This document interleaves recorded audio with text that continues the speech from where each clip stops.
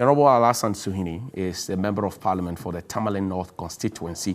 Is my guest on the ticket of the NDC. And also, Hussein Issa is a former member of parliament for the good people of Okaikwe North. And he is also here in his capacity representing the NPP. Gentlemen, welcome. Good morning. How are you doing? Good morning. Terrific. Good morning, Johnny. I see. Good morning to your viewers. I haven't seen Suhuyini on the set this year. This whole year. Yes, yeah. this is whole my year. first time. You were occupied with vetting and all of that. Yeah, and yes, other equally important schedules. But I missed the set. And sure. I made sure that I followed it every time I had the time in the morning. How is home? Alhamdulillah. Family is good. How about yours? We are greater than Accra. My little boy is alive and well. Zaini. More life and health to you. Yeah. How's the weekend? Oh, weekend was quite eventful. A lot of activities on Saturday and crowned by the glorious victory over the Ashanti Kotoko team on Sunday. It was good. Weekend was good. Yeah. It was good. So, are you with us or you against us? I'm a phobian too, so that's now intimidating. We need to know where you belong so that we can address you properly. For what it is worth, you are in good company. I am related. I always say I'm related to Hearts of Oak by blood. Okay. Because my late dad was a fanatic of Hearts of Oak. Okay. Somehow, growing up, I think I got the opportunity to play at the Caladan Park. Okay. With some of the Division 2 teams. And so I got close to RTU and so became a fan of the Real Tamale United. We are struggling to come back to the Premier League. And I'm sure that this year we will, because we are doing very well with the preliminary games. We need the traditional teams. Yeah. The local game has been interesting because Hassan Kotoko are doing well. We need the traditional teams to actually do well. And when they do well, I am sure that we can sell our game and package it better. Kudos to the organizers of the league so far. We hope and pray that we can carry this euphoria over in the subsequent. Uli is back. Uli is back. RTU, we need RTU back. We need Okwao back. Second D. They are traditional teams, so they are. We have people, and that's what the Premiership was actually based on, and that's what they have built on and made a global brand over time. So. Anyway, it is a good time to it's a good time. It's a good time, and I'd like to eulogize my late uncle Marcus Hughes, who was once upon a time chairman of Accra Hearts of Oak, and just to say that Ukuma Pima for Bibon Pessie, Ukuma Pima for Bibon Pessie, Ukum Kotoko so for Bonquine, phobia masters. Anyway, let's begin from Ejura, and so many very worrying situation there. Somebody who is asking for the country to be fixed is now, I don't know to call fixed or is now departed. Suspects have been arrested. It was in good time because yesterday when we spoke to Ibrahim Abubakar man, they had already started burning ties and they were baring their teeth. Maybe we'll look at that interview briefly with Roland Walker and Ibrahim Abubakar, and then we'll come into the studio. Skoko, let's see that quickly.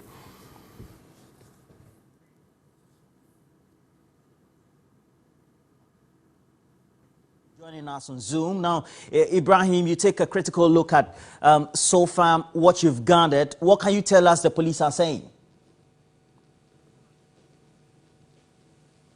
Just unmute for me, Ibrahim. For now, the police has begun investigation into the matter. Earlier in the morning, we spoke to the CID who told us that they came in to see whether the deceased has regained consciousness so that they will be able to get some information with regards to names, specific names, the people who perpetrated that act. But unfortunately, when he came, Ibrahim Mohammed was still in coma, and for that matter, he couldn't get any information. But the assurance they are giving to the family is that they will make sure that the perpetrators are brought to book. Because for the family, their fear is that there may be reprisal attack by friends of the disease. So they want the police to expedite investigation so that we prevent this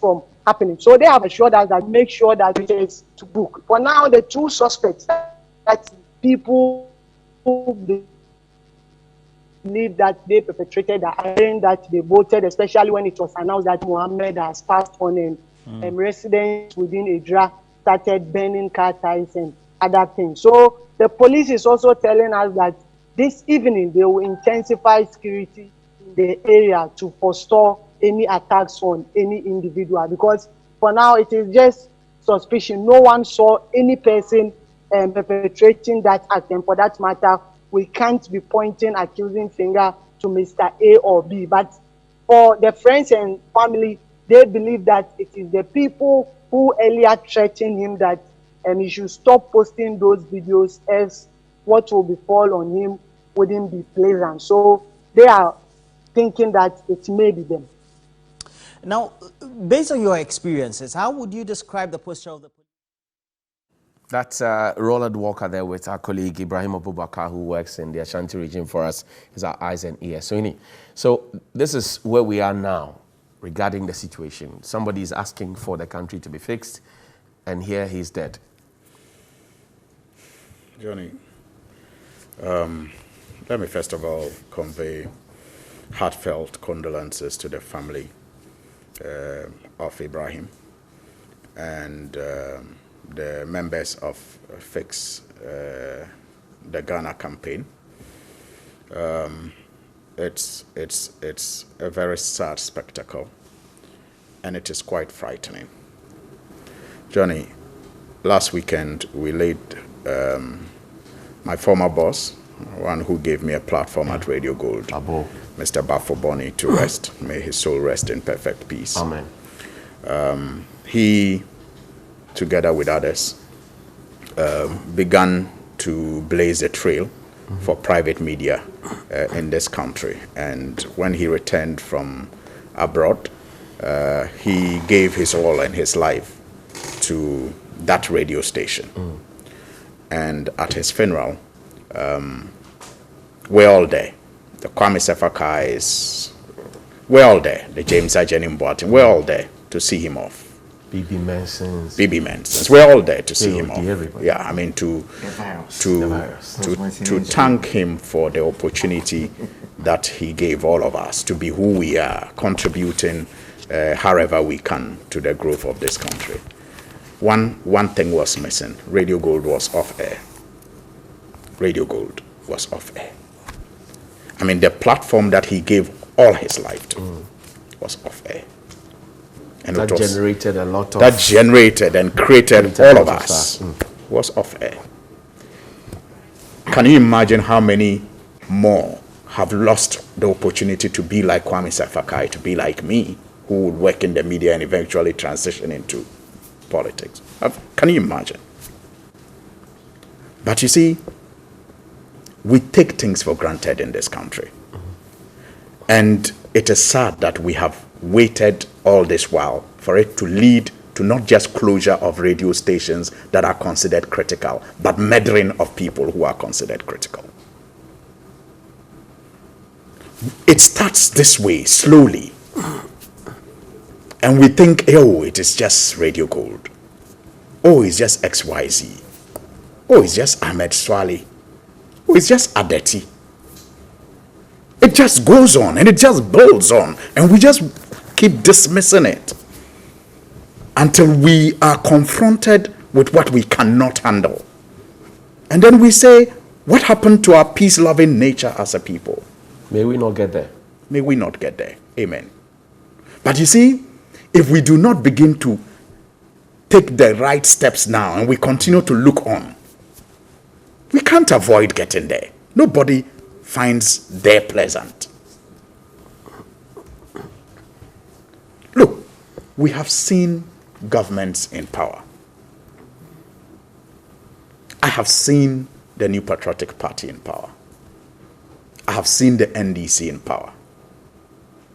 In fact, I make a joke that when I decided to quit journalism for politics, I chose a political party that I thought we will all be comfortable criticizing. Because I love criticisms. It brings out the best in me.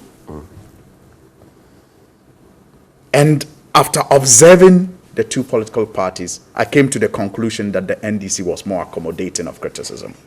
Really? Not that they are angels. Really? Not that they do not disagree. But listen, the president recently, President Akufo-Addo, said that the media is intimidated by he and his appointees' response. And because they are intimidated by that response, they call it culture of silence.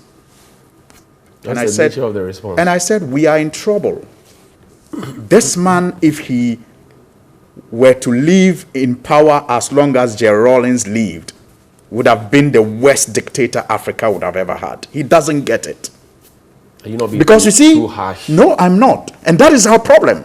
We think people are being too harsh when they are speaking truth to us. President John Dramani Mahama will go on record as one of the most readily available president to respond to criticism in his government. I lie. In fact, some of his managers used to criticize him for responding too quickly and too easily. The president said he's the most vilified politician of his generation. That's not true. Oh, how? That is not true. In fact, he joined the bandwagon of vilifying Rawlings. He led it to vilify President Mills. So he should stop that. He should spare us that. I'm saying President Mahama was always available to respond to criticisms. But not once did anybody feel threatened by those responses. Really? Not once did anybody suggest that his regime was leading a reintroduction of the culture of silence. But his people, his ministers, were always available to respond. He himself was readily available to respond to all criticisms. So why will your response, and I'm referring to President Akufo-Addo, begin to intimidate people to feel a certain sense of the return of culture of silence? The information minister says if somebody has a counter view to what you are expressing, it does not necessarily mean that there's a culture of silence. And you I've speak said, yours, I speak and mine. I've said that in the past, governments have spoken or presented counter views. Haven't they? They have. You were here, you reported, you covered the previous NDC regime. They presented counter views. They did so strongly when they had to. But why didn't people feel threatened? Why? Why didn't people complain about culture of silence? If they are doing so now, it is because of the nature of response. It is not about the response. It is the nature of the response. It is the subtle threats and the evident, attacks that will lead to journalists, for example, seeking or going on exile, like Manasseh did. It is the nature of the responses. So this gentleman who, for example, has lost his life, I mean, maybe we must also explore the angle that he may have had some personal problems with some people, and not necessarily because he spoke. The police are investigating. But can we also get into that domain? Let the police investigate. But let us not lose sight of the fact that this is not an isolated one. Ahmed Swaleh is still in his grave, and we still do not know, because we gave the same, plausibilities. We still do not know. Let us narrow in to the first possible cause. It is the first. Let's focus on it until we dismiss it. Is that easy? Until we are able to dismiss it. Is it that easy? Well, if investigations dismiss it, I will embrace whatever, evidence they bring to dismiss it. But until then, if it walks like a duck, quacks like a duck, then it's a duck. Look, and I have said that I've seen the New Patriotic Party in power. I've seen the NDC in power. But this New Patriotic Party in power led by Nana Akufo-Addo doesn't surprise me, even as it surprises many. The level of intolerance to dissent doesn't surprise me. And that is why I said that if Nana Akufo-Addo had the opportunity to stay in power longer than he is required to by constitution, he would have gone into history as the worst dictator Africa has ever recorded. And let me to repeal the criminal that's the irony. law. That is the irony, Johnny. Let me tell you why I say so. Nana Akufo-Addo, one of his claim to fame is that he is a demonstrator. He was a demonstrator. He led the Kumepreku demonstrations. Human rights activist. No, in fact, he is a demonstrator. It's one of his claim to fame. Human rights activist. In the records are there. And yet that's the irony. A so-called human rights activist packaged for us, You can say whatever you perpetrating this level of human rights abuse. I mean, demonstration today under a so-called champion of demonstration is banned, and you have the Attorney General going as low as the High Court to resist this gentleman and woman from engaging in a demonstration under Nana Akufo-Addo. And I say it doesn't surprise me because, only doing his job. Johnny, I say it doesn't surprise me Why? because the writing was on the wall that this MPP is different from the President Kufuor MPP. If the President Kufuor MPP you thought was bad, the writing was on the wall that this was going to be worse. As opposition leader, what didn't he do to dissent? Johnny, let's not dismiss it. As opposition leader, how did he handle those who disagreed with him and his party? We saw how it led to the formation of vigilante groups who are now absorbed into our security architecture. These are very, very deep-seated allegations you're making. They are not.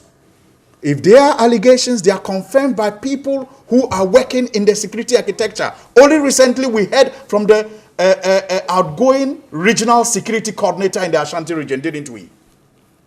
What did he tell us?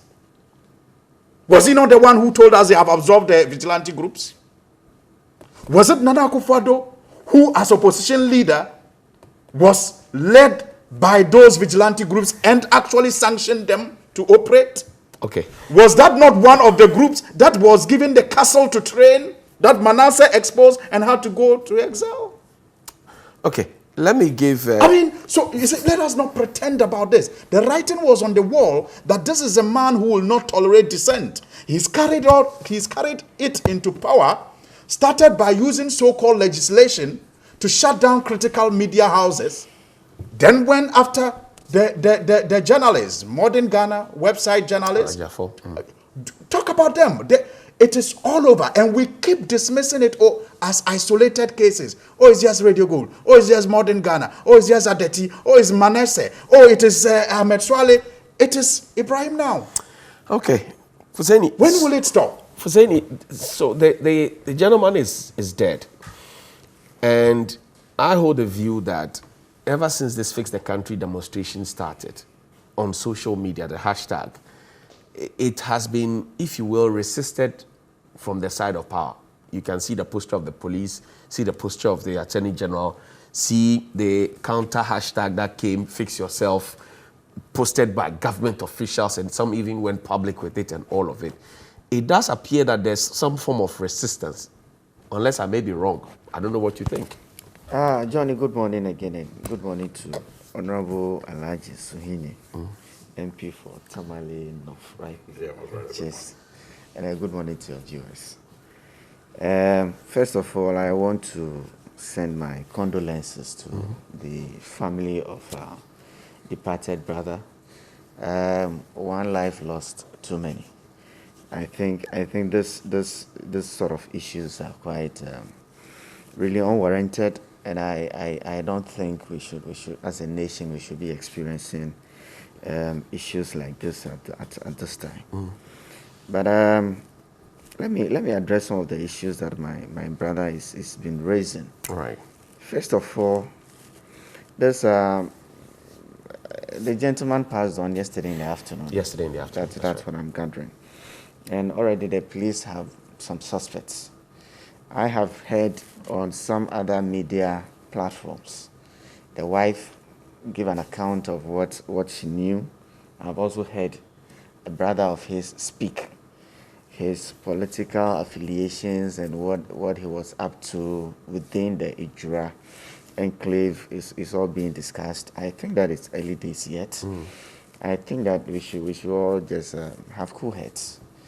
The police already have some suspects, and I hope and pray that those investigations will be different from probably what happened in the Ahmed Swale case, what happened in the JB Dankwa case, and what happened in the Echo Hayford case. These are all outstanding murder cases that the police has been grappling with over years.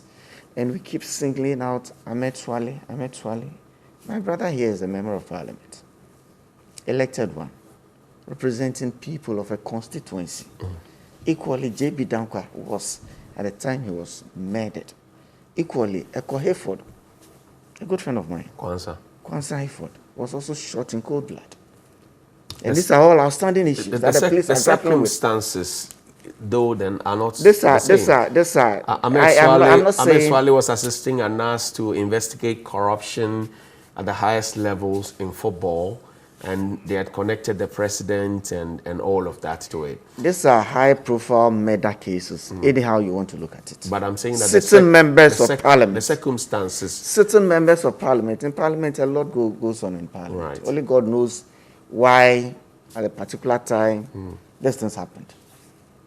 So these are high-profile murder cases that are outstanding, and I'm hoping that. Agreed, but I'm saying that I'm hoping that agreed, not long from now, the police that will be able to come out of where they are in the investigation. Agreed, something. Let's see to the finality of may I these put cases. a question to you? Yes, please do. So agreed that they are high-profile cases, murder cases, but in the matter of Kwanzaa, and bless so may he rest in peace, we're told that the assailant said, "You are part of the people, the big men who are making our lives difficult," before he was shot. That's an eyewitness account. We know what Ahmed Swale was investigating before he was shot and killed. We don't know what killed Mr. J.B. Dankwa. All I'm saying is, Johnny, it's very simple. These are high-profile murder cases, and what you're saying does not make it any different. They are still high-profile cases. That the police. My angle is that the police are out there. They're already on the beat. They need people to volunteer information. And thankfully, yesterday when I was listening to the wife, she said the gentleman had mentioned names to her on people he had some issues with, be they on political lines, be they, and I even heard that he's even more affiliated to the NPP or so in some way. And so let's not draw conclusions at this point. Let's allow the police to actually go through their processes, investigations, and hopefully, if they have suspects within hours of his passing, I hope that they are able to come up with something. Is the government resisting the hashtag and the proponents of saying on purpose? I also heard you say that this issue of fix yourself was a response. No, it wasn't. It wasn't. And at no point did the government of the New Patriotic Party, led by His Excellency Nana Addo Dankwa Akufo-Addo, come out with an official response to this "Fix Your Country" hashtag.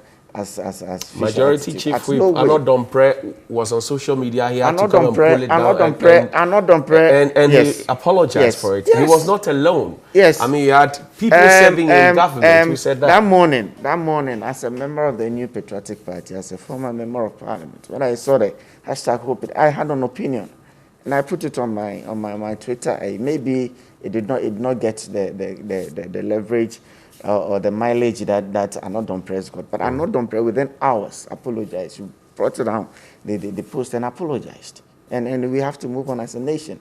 At a point, I mean, people might not read and he said that he did not read the situation well. Beside that response, the official stance of the government has at no point been fix yourself. No. Really? No, it hasn't. It hasn't. That is why when this hashtag started, a very high-powered government delegation, cabinet ministers, made time to meet the conveners or whatever to be able to, whether it was an ambush meeting or whatever. Invited to meet they the were IGP. given a platform. He was invited to meet the IGP. They were given the platform for them to make their case, and the people responsible in government had to respond to them. And it's a process that they want to demonstrate. They want to demonstrate. Demonstrations are their rights guaranteed under the Constitution. So let them demonstrate. But the truth is that then again we are not in normal times. That's why we are on set and we are wearing masks. But we had funerals. We had funerals. The fact that the children were meeting the president. The fact that some events probably did not adhere to the protocols doesn't mean that we should let our guard down. We played this football. Morning on my way down, on my way here, I was listening. The IMF is issued a warning to Africa on the third wave, which might be very if care is not taken, might be worse than what we have experienced already. So we are not letting our guard down. What we can do? Are you as a government communicator being fair to the Fix the Country organizers? My point is that the fact that some events did not adhere or the protocols were not adhered to at some certain events doesn't mean that when we can control, when we can manage the situation, we should let our guard down. You have not answered my question. I'm asking if you I'm also making my point. If you are being fair to them, are you fair to them? They are saying that I am making a point that the fact that there was a big funeral somewhere, that the protocols were not adhered to a level that we all have preferred, does not mean that we should let our guard down. On Sunday, I was at the stadium, and even in the midst of people, there were stewards going around ensuring that if the spacing was not right, you had your mask on, and we will continue to do this until we win the battle against this virus. So can we have stewards? It is not a case. It is not a case.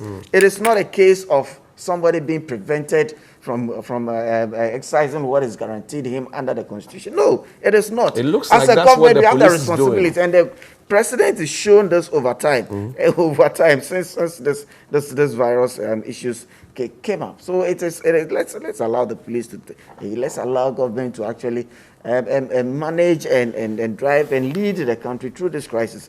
The situation in which we are, we shouldn't take it for granted. What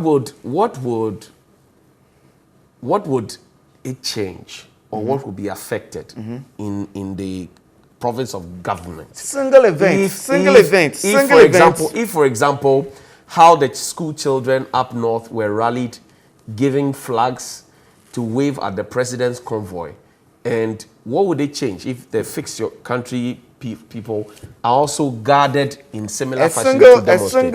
A single large event. They demonstrated in the US, in the UK. Why not in their own homeland? A single large event. We can compare ourselves to all these countries, how we have managed the situations, and look at how the havoc this virus is causing in the UK and the US. We can't afford to have that. A single event in India caused the second wave, and look at the number of deaths and casualties that was recorded. Nobody is taking their rights from them. In fact, this country needs fixing. It's been fixed since independence. We'll continue to fix it. There is no perfect system anywhere. Okay. Certainly, there will be issues. Okay. But the most important thing is that the managers of the system should know and have feedback and know that, look, whatever we are doing, we need to maybe put in some more impetus. Maybe there are some flaws somewhere. There are some shortcomings somewhere that we need to. It's very normal for people to clamor for certain, and it's very much accepted. Nobody is taking anybody's right, but they should know that we are not in the. If touch wood, this thing happens, and then we have a whole wave like it happened in India. Who is going to be blamed? But you were explaining, your government was explaining it, that if you have the events outdoor, at least after the campaigns, if you have it outdoor, Johnny, my point is that outdoor, indoor, I don't think the Indian situation, the events that actually triggered off the wave of the infections in the second round that they had was an indoor event. You see, it was an event attended by millions. The difficulty that the Fix Your Country guys have is that you keep telling them we are not in normal times, and they keep seeing you breaking the laws that you are preventing And my them point, from. my, So my they are, point, they are my wondering point, whether my there's a point is different also, set of my laws point, for you My or for point them. is also that I was at the stadium. Okay. I wore my mask throughout. When the game finished, I walked to my car, I drove off. If somebody is going to jubilate and break them outside of the stadium, it is very difficult for us at every point in time to manage entire situations. Okay. I hear you. So the fact that somebody did not adhere to those protocols does not mean that we should let our guards down and allow anything and open the floodgates. But you support that would be dangerous. You support the fact that the country has to be fixed. Certainly. I mean, I have made a point that there is no perfect system anywhere. The most revered police forces in advanced economies still need fixing because they fall short one way or the other. Okay. Else we won't see sportsmen taking the knee if the police force in the US didn't have issues. If the Metro Police in London didn't have issues, they always have issues. And systems, because they are created by human beings and are run by human beings, will always fall short and will always need fixing. Okay, let's switch. I really pity my brother. I mean, why do you pity the struggle to justify the reasons for which they will not allow this group of patriots to demonstrate is obvious for all to see. The struggle to justify it is so obvious. I mean, easy lies the head that was. I mean, why do we have to do that to ourselves? I mean, this is a democracy, for God's sake. This is the Fourth Republic, and we all have been nurturing and supporting it to grow. And that is why President Akufo-Addo can claim under the Fourth Republic that no political leader has demonstrated more than he has. And that is why it is such an irony that as president, he is supervising a situation where demonstration is almost prohibited under the guise of COVID. When COVID exists, the same president, is attending and supervising events that are worse than demonstrations, like lineup of school children in flags to wave at you when you visit. How different is that from the activities that take place during a demonstration? Okay. I mean, let us not kid ourselves. We are not in normal times. This man has demonstrated his intolerance for dissent ever since he rose to the leadership of the New Patriotic Party and to the leadership of Ghana. That's not a fair comment. There is no. It is a correct comment. It doesn't have to be fair, but it is correct. It is a correct comment. It is a truism. Okay. It is a truism. If it is not fair to the president, I'm sorry, but it is true that ever since he rose to the leadership of the NPP and, for that matter, Ghana, he has consistently demonstrated his intolerance to critique and to dissent. Okay. He chased his chairman, the political party that he was leading. He chased the chairman, or he ensured that he was chased out of office. The secretary was chased out of office. Did that.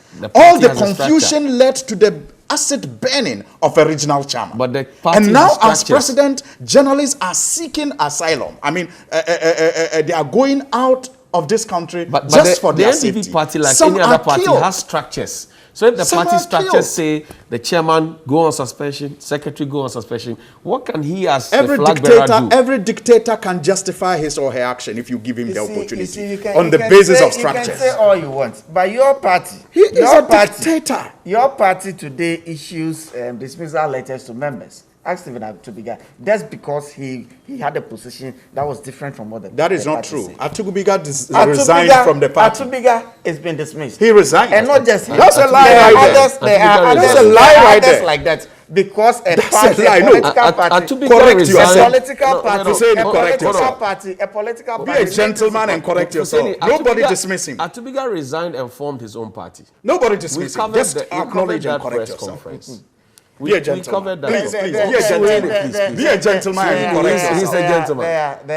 He's a gentleman. He should correct himself. Anyway, nobody dismiss him. The struggle is real. I told you. This issue of journalists being evident. Hounded and all of that. Look, today the media landscape that we have today, it's very different from what we used to have. if it's been reported today that some journalists had to seek or had to be protected by the security apparatus, that doesn't mean that it didn't happen in the past. There are others who are the same journalists when you're speaking, I was very gentle. You see that I'm proving that I'm a better gentleman than you are. Okay, we need to move. Some others had been hounded and even worse situations. Worse situations. Are you comparing a military regime I am not. No.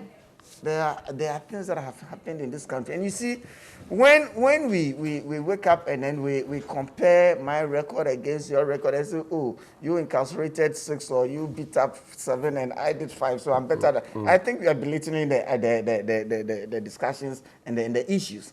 Look, this is not new. Whatever is happened to, you keep mentioning Manasseh, yes, it's fine. I mean, it's awful that these things are happening to him. But it is not unique to this regime. And it is not an official stance. Just a typical example is this fix yourself issue. Was never a stance from government. It was never a stance from the party.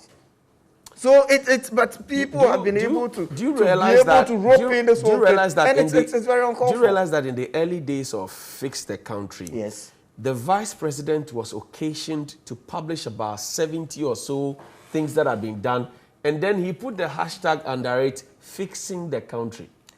That is true, and I support wholeheartedly, 100%. And that was not an official counter hashtag. That was it. The vice president speaks. He speaks for the government. And he put what do you call it? We are fixing the country. Yes. So I'm saying there was an official counter.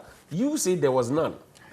What I'm saying is that this attitude of us saying that, oh, they fix your attitude stance was an official stance from government. It is wrong. Okay. Because that was not an official stance of government. Let's disassociate that with this whole fix the country. Let's spend the rest of the time. When the government wanted to bring an official, that's what the vice president said. Enumerating what's been happening over the last 4 years. What the government has been doing and what... Did they have to take the vice president to enumerate those 70 things? When, in fact, we had seen Results Fair, we had seen results.gov, a whole website. Did they have to take the vice president to remind the people what has been done if the things have been trumpeted more than 3 times already before the elections? There is nothing wrong. There is nothing wrong with the gospel has been shared for over 2,000 years. But the preachers keep preaching. I see.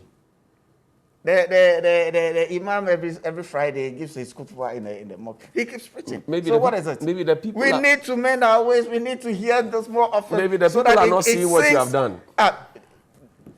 The gospel has been preached for 2,000 years. I hear you. And it's still being preached. Sweetie. So what was the difference? Sweetie, step in for me. Yesterday, your party held a press conference. Yeah. And you seem to be singling out the Attorney General in the $170 million judgment that's been slapped on us. Somebody would ask, well, in the mix, there are too many people. So why are you picking the Attorney General and trying to put his feet to the fire? Well, yes, you are right. There are so many people who have played different roles that has led to the country being slapped with the $170 million judgment debt. We are not singling out the Attorney General. Sorry if it seems so, but we are saying that, for one, it was as a result of his reckless negligence to even enter a defense for the state appropriately, that the state was slapped, with that judgment debt. That is not to ignore those who also, for example, terminated the contract wrongly, sat in cabinet to approve that termination, even against good advice. And that is why at the press conference yesterday, the conclusion was that the next NDC government will investigate and prosecute all those who have, caused that reckless and negligence loss to the state. And so all the key players in the chain will answer questions someday, very soon. Because the issues are clear. The country was hit by energy crisis as a result of long neglect of the power sector. And, you know, people who worked in the industry predicted that if care was not taken, we're going to have the crisis that we eventually had in 2015. It came in bits under President Rawlings, and it was managed. It came under President Kufuor. It was managed. You remember when President Kufuor brought in those generators and Tarzan, Workubrube described them as toy machines to manage the power crisis at the time when he was president. It again resurfaced under President Mills. It was managed. Then it hit hard under President Mahama. And being the leader he was, he decided not to pass the buck, not to blame anybody, took responsibility before Ghanaians and pledged to fix it. And so he did. Now, in the process of fixing it, this particular arrangement was one of the plans that was to be constructed. And the records actually show that it was one of the best deals. I mean, given the rate at which they were to sell power, $4 cents per kilowatt hour. It was also to be the shortest duration, 4 years.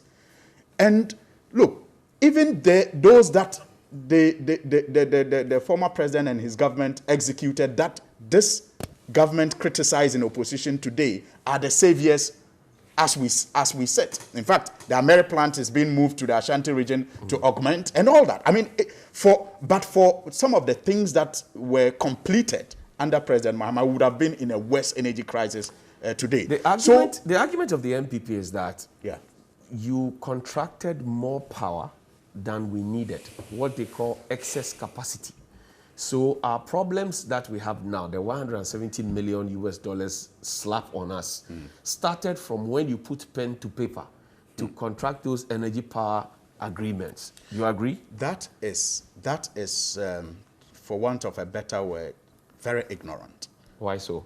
Steve Manthio just recently said something, and maybe I should quote that those who complain about excess power should remember that when the Akosombo dam was constructed, Ghana had too much power, but the president at the time had a vision for the excess power.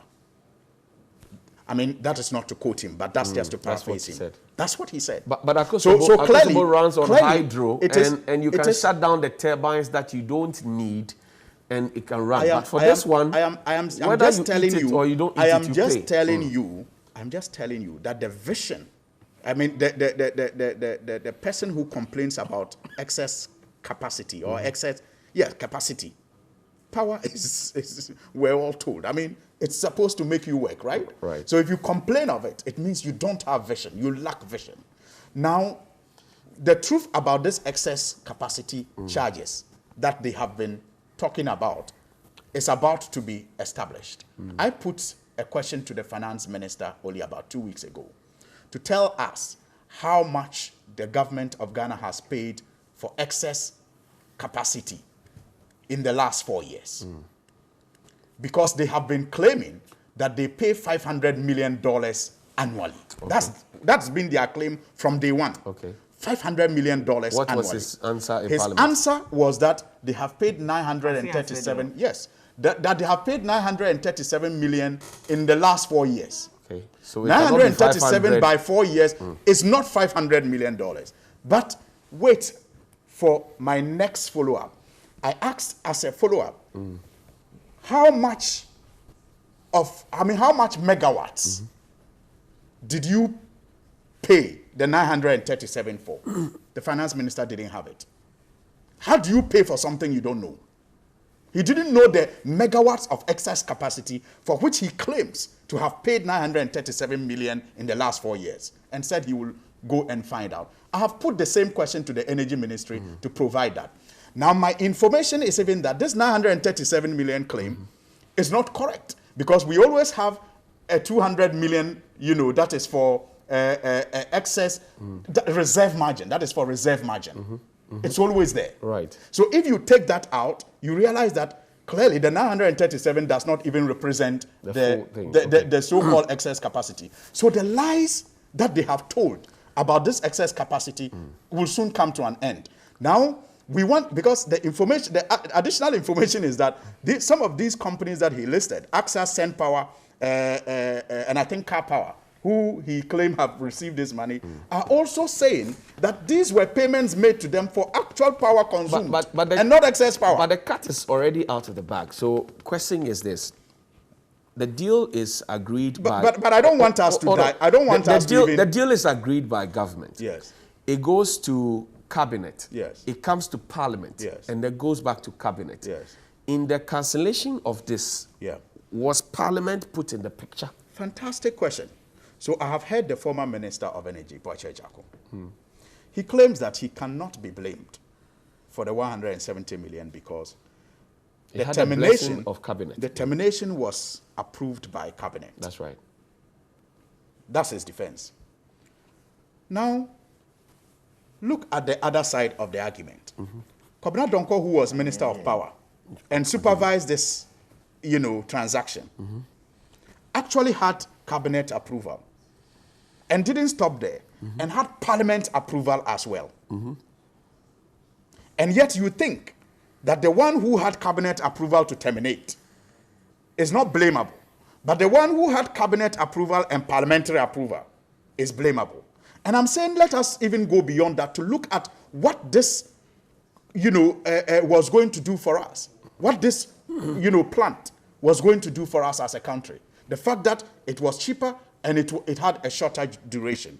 And the fact that the reasons given for the cancellation are unfounded, according to the ruling. You claim that they did not have a permit to construct. It proved to be wrong. You make claims that they did not have the Energy Commission license. And it turns out that they had put in an application for the license, but you as a government had not constituted the Energy Commission properly to issue the license. The board, you mean? The boards, yeah. You hadn't constituted it properly, that's what I mean. to issue the license. So how do you blame them and based on that cancel a contract with them? Your party did no wrong in contracting this agreement. Is that what you're saying? My party stand by that contract, and if we had allowed that contract to be executed, we would have been more energy sufficient today. Okay. And we would have perhaps been more competitive. Okay. in terms of our energy the generation says capacity. that we contracted more power, is more expensive, and we cannot export and sell. Because again, we can't export again because the previous government had started, the project of laying the lines that will make it possible for us to export to our neighboring countries. They came and truncated that. Okay. That was vision in progress that they killed. Fuzeni, so your government says from taxation to industrialization. That was what your government told us. How does from taxation to industrialization now start complaining about excess power, which is obviously at the center of industrialization? I want to understand the rationale. Johnny, you see, it is not a problem of the government being ignorant. But when Akosombo was put in place, Akosombo was not under the terms of take or pay. That's right. Such that whether or not the energy produced by Akosombo was utilized, we had to incur liabilities. Akosombo at the time had a number of turbines, and it's been over our history.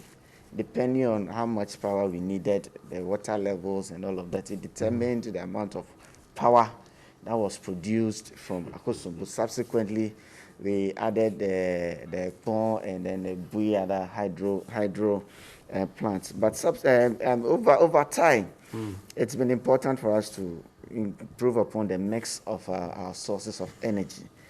You could go through the chronology of events and challenges that we've had in the production side of our energy in this country.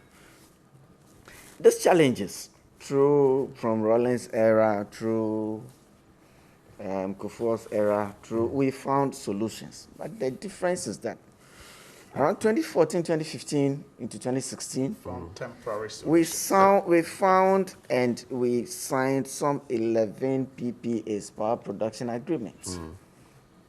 And this power production agreements actually puts liabilities on the country whether or not they produce power.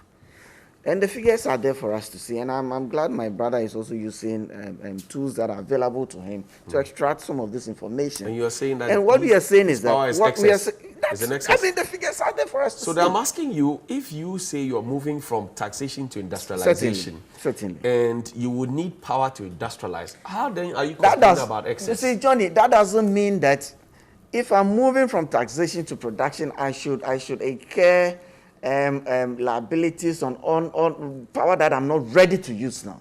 We are growing as a nation. It is a gradual process. We have started 1D, 1F, other interventions. We know what our energy requirement at this time is. We can project that in the next year, we need to improve it by 10%, by 20%, and so we have to grow on that tangent. That doesn't mean that I should double my capacity now, incur liabilities when I am not ready or I don't have use for that power. On what strength did the MPP, we keep talking about export of this export of this export. Let me put this question. Yeah. Don't you suppose that if the NPP had ensured that every district in this country had a factory like was promised in 2016, we would not be talking about excess capacity? Don't you suppose? We can't even sit here and say that if every district had a factory, would have utilized all the capacity that was put in place in 2016 or in 2015. Are you saying because at the time that they were signing the PPAs, they did not take into consideration the fact that a subsequent government will have a policy like 1D, 1F. Are you saying this and on the basis of fact? Because you said in 4 years, that's what the 2016 manifesto said, that in 4 years you would have a district and a factory, or a factory in every district. And I'm saying that per the figures that you are holding and calculating, if we do the permutation, don't you suppose that we would have even demanded for more power? What I'm telling you is that 1D, 1F as a policy, right, would utilize some energy. As to the sources, as to whether it was going to be thermal, whatever, it's unique to a particular setting within a district and all of that. Remember, not all districts or not everywhere is on the national grid. Right. Sometimes some islands somewhere would have needed independent plants and all of that. So it is way out of that. At the time when the PPAs were being signed in 2015, in 2016, they could not have thought of the fact that we're going to have a policy by the new patriotic party 1D, 1F. So it is neither here nor there. Okay. What we are grappled with now is that as a country, every year it costs us $500 million. He says that's not correct. He says that's not correct. He has put a question out today in Parliament. Answered. And the figure you're quoting has been disproved. When the minister comes and says that we are paid 930, when the minister comes and says that, Johnny, let me make my point. When the minister comes and says that we are paid $930 million, it does not mean that we don't incur $500 million. Payments and what we incur, and what we pay. It's not always in tandem. I see. That is why the sector is so bedeviled. You're an accounts person. Yes, that's what I'm telling you. Is that per the principle of accounting? Of course. It's the principle of accounting. I can incur that so that I don't How pay much have you paid in the last 4 years? The cash. For excess or the capacity. liquidity. When we were talking, I was very quiet. So, give me a second. So, Fuseni, the argument is that you're paying 500 million every year. We are incurring. Okay, so now we have paid 900 and something. And so you believe that we still have a deficit to that is one of the problems of the sector, and it's been a problem with the sector over the years. Let me put this to you, final question, and maybe you can rope in the export of power, exportation of power, because you say it's too expensive to export. What kind of due diligence analysis was done before this EPA was cancelled, because the NDC maintains that even if we had left it, we would have paid way lesser than 100 million, than this 170 million that we have gone to go and slap on our heads. What kind of due diligence was that? From what I am gathering, the cancellation of this particular PPA, GCPA or whatever the name of the entity is, it's rather saving us money. I have heard figures that I won't be able to put out now, but in the analysis that led to the decision for this particular one to be cancelled, and the Attorney General gave the advice. Even then, under NDC, they had set up a committee way back in 2016. Dr. Henkrest committee. That is way back in untrue. 2016. Let me speak to that way committee. Back, Sweeney. It is untrue. There was no such committee called Ejura committee. Our time is up. We have disproved that Okay. so-called committee report that they are publishing. Thank you.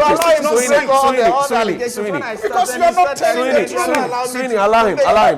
Sweeney, let's be fair to What is Fuseni. this? Let's be fair to Fuseni. It's not true. Fuseni, calm down. It's not true. Calm down. There is no such. Fuseni, No one has given Please us put a signed Sweeney's copy mic off for of me. an Thank you. Ejura committee. Fuseni, don't be angry. No one. Fuseni. I want It's to not submit true. if she's not allowing me. No.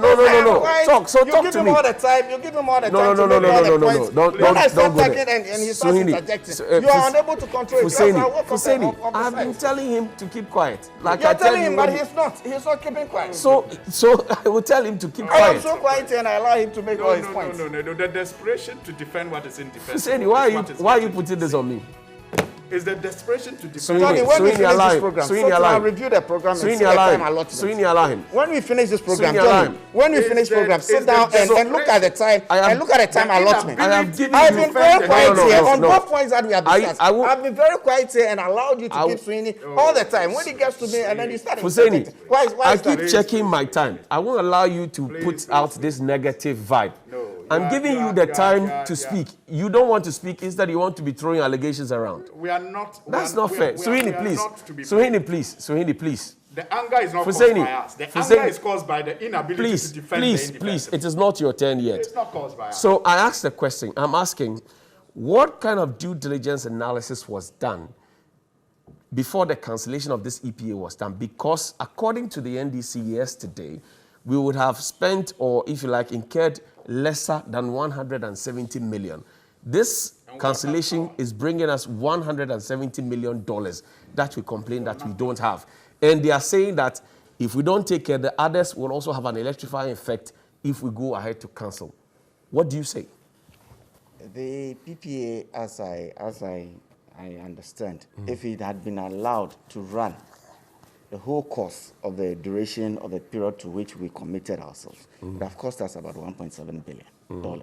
That's what I understand. Right. So if it's going to cost us $1.7 billion for power that we probably, over the life of that PPA, will not need or could do away with or get cheaper sources going into the future, why won't we take a decision that will cut down our losses, terminate it, see whatever liabilities you incur there and get it done and over if it's lower?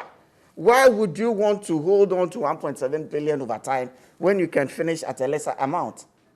That just makes sense. Is the government contracting new power agreements? I won't be able to, Exactly. to say understand. Sweeney, please, allow me to I do won't my be work. able to say understand. Is the government contracting new power I won't agreements? be able to You won't say be able to understand. say. What I want. Complaining of excess power is signing new Sweeney, agreements. Jesus Christ. Johnny, how? Anyway, thank you very much indeed for your time. Apologies, Fuseni, if you feel spited. Apologies. It's your colleague, and please we'll talk to him. Alassane Suhini is a member of parliament for the Tamale North constituency, and also Hussein Isa is a former member of parliament for the Okaikwe North constituency. Gentlemen, thank you very much indeed for coming. Hussein, let's go and drink cocoa after here. And we'd like to say thank you to KOD 1957 style defined 020-555-1957. That's 020-555-1957. They'll get you something that you would never regret that you wore. It could actually get you a job if you're going for a job interview, or if you're going to see your in-law, it could score you some points. We'll see you after the break.